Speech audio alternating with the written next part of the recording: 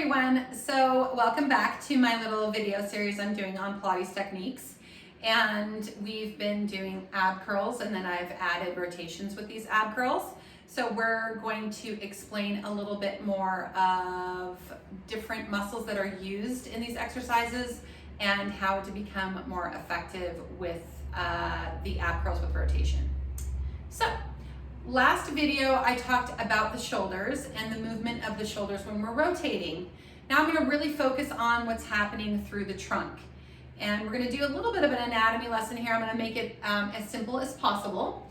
And don't worry, there's not going to be an exam after this. But really when we're doing flexion and we're doing rotation, we're focusing a lot on what's happening through the trunk as well. So some of the key muscles here are our obliques. So many of you might have heard of those muscles or know what they are, but in case you don't, I'm going to let you know. So we have our external obliques and our internal obliques. So our external obliques attach right around the ribs. I like to think a little bit above the belly button and around here, and they come down in this manner. So the fibers move this way, okay? And they help us flex, and they also, when they're both contracting, they help us flex, and they unilaterally rotate us around, okay? Then below the belly button, down here kind of by our pelvis, are the internal obliques, keyword being internal. So they are a little bit more, they're not as surface, they're a little bit further inward towards the body. And they kind of fan up like this, they kind of come around and fan up like this. They also help us flex, and they side bend us, as well as the external obliques too. And then they move in opposition with the external obliques. So what does that really mean?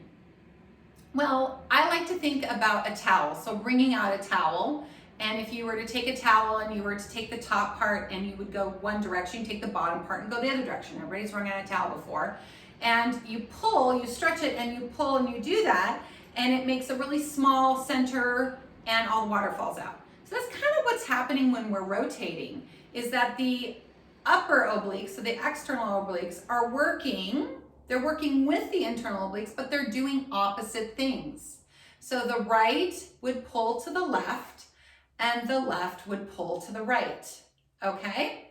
So that's the basic concept here. And what I'd like for you guys to do right now is just to practice that in some rotations. So if we sit tall, like we did before with our shoulders, we bring our arms out to the side, and we're gonna go left first.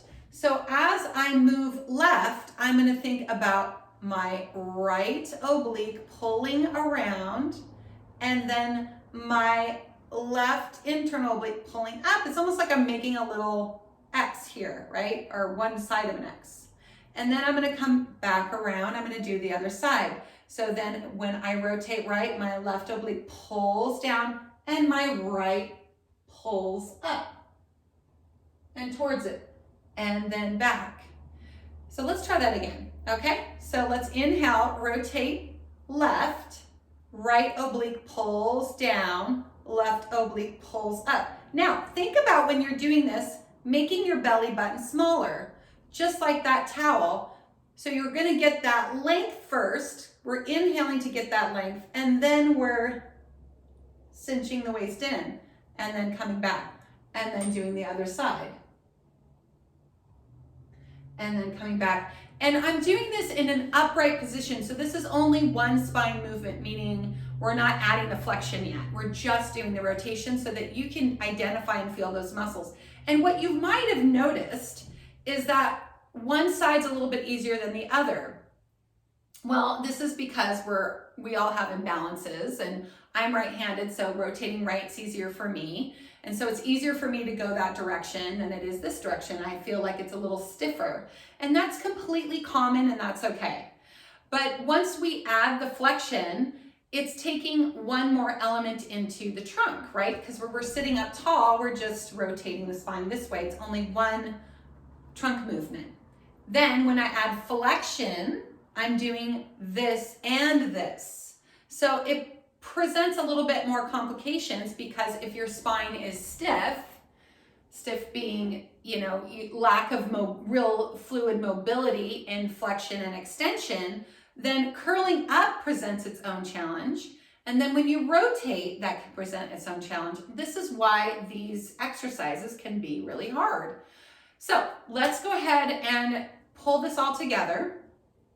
And I'm gonna have you warm up with just the general ab curls first, and then we'll try the rotation with that, okay? So let's do that. Lying on our back. I like to move my shoulders a little bit. We didn't warm up our shoulders before we started, so I'm gonna do that a few times.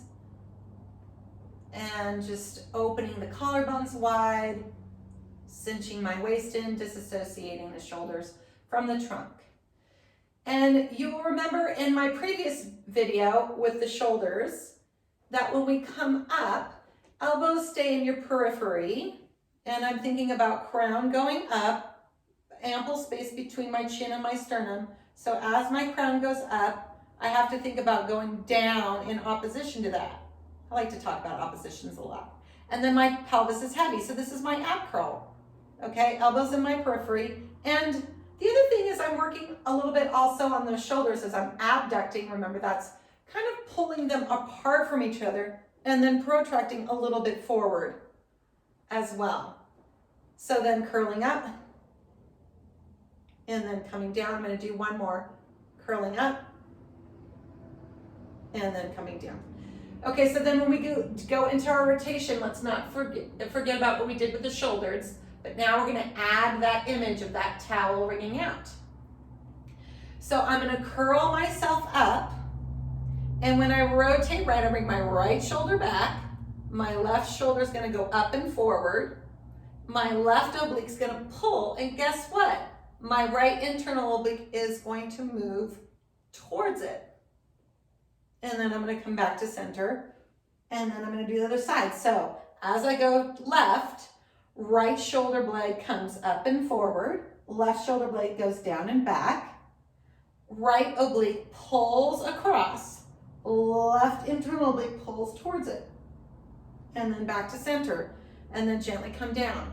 So let's try that a few more times. If it seems like a lot of information, just try to take what makes sense to you right now, whether it's you're working still on the shoulder pieces or this trunk rotation really makes sense to you. Don't overwhelm yourself. Just allow yourself to move and feel into it. And then come back to center. And then the other side. And then back to center. And then come down. So I'm going to do one more here. And I'm going to explain it as we go. We're going to curl up. Elbows are in my periphery. Lifting up through the crown. Dropping down through those lower ribs. So I'm in, everything is working together. These are pulling up, this is going down, this is going up. Then I go into rotation. One side's gonna do one thing, the other side's gonna do the opposite. I'm gonna go right, so my left external oblique is pulling. Left shoulder goes up and forward. Right internal oblique pulls towards it. Right shoulder goes back. And then center and down, and we'll go left. Exhale, curling up. Right elbow goes up and forward. Left shoulder goes back. Right oblique pulls, left internal oblique towards it. And then back to center, and then gently come down. Woo! I love doing those. And especially, you don't really have to do a lot of them. If you do them well, you can definitely feel them. I also want to mention that when I see people doing this, because there's so many pieces, you got to have that shoulder mobility in that movement. You got to have that flexibility through the spine. You have to have that strength through your abdominals. You have to have the stability of the lower trunk. There are quite a few pieces here, and we want to get good at it right away. I don't blame you. I mean, I'm the same way. I've been doing this for many years, and my body comes into these movements in the where it is that day. And some days I have it and it feels great and I can really get into it, and other days it's just a little harder. Maybe my body's stiffer. Maybe I did something yesterday that, kind of got me all tight and bound up. So be gentle with yourself and allow yourself to don't push the 100%. I feel that people really try to do it and they push 100%, and that's usually not what we need in these movements. We need a little bit more nuance. We need to back off that edge a little bit. We need to soften into the movement. We need to listen to the body. That's not something that is definitely, it's not an easy thing to do for a lot of us, but it does make a huge difference. So listen to your body, listen to where you're at, take the pieces that make sense to you and keep practicing. I'm gonna give you more on this ab curl with rotation on my next video as well. So hope you have a great day, and I'll see you again soon. Bye.